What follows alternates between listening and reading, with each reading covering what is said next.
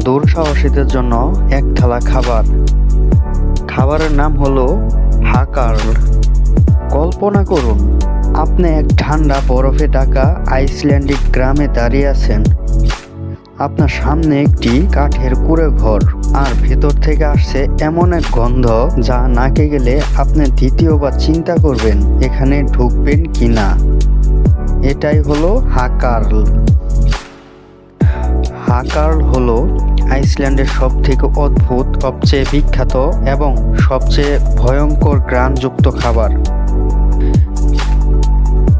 এটি তৈরি হয় গ্রিনল্যান্ড শার্ক থেকে, যেটি কাঁচা অবস্থায় এতটাই বিষাক্ত যে তা সরাসরি খাওয়া আত্মহত্যার শামিল।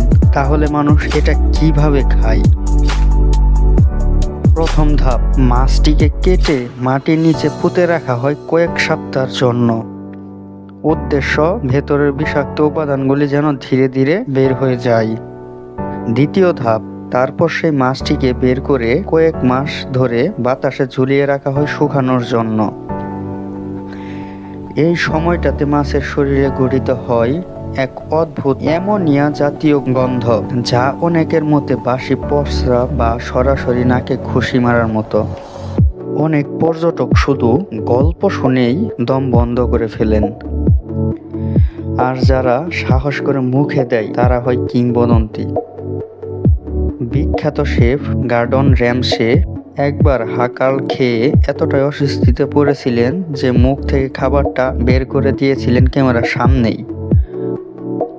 তবু আইসল্যান্ডবাসীদের কাছে এই খাবার গর্বের। এটি ঐতিহ্য, একটি ইতিহাসের স্মৃতি, যখন মানুষ প্রাকৃতিক প্রতিকূলতার মধ্যে টিকে থাকার জন্য যা পেয়েছে তাই খেয়েছে। তো আপনি কি সাহস করে হাকার্লের এক টুকরো চিবাতে পারবেন?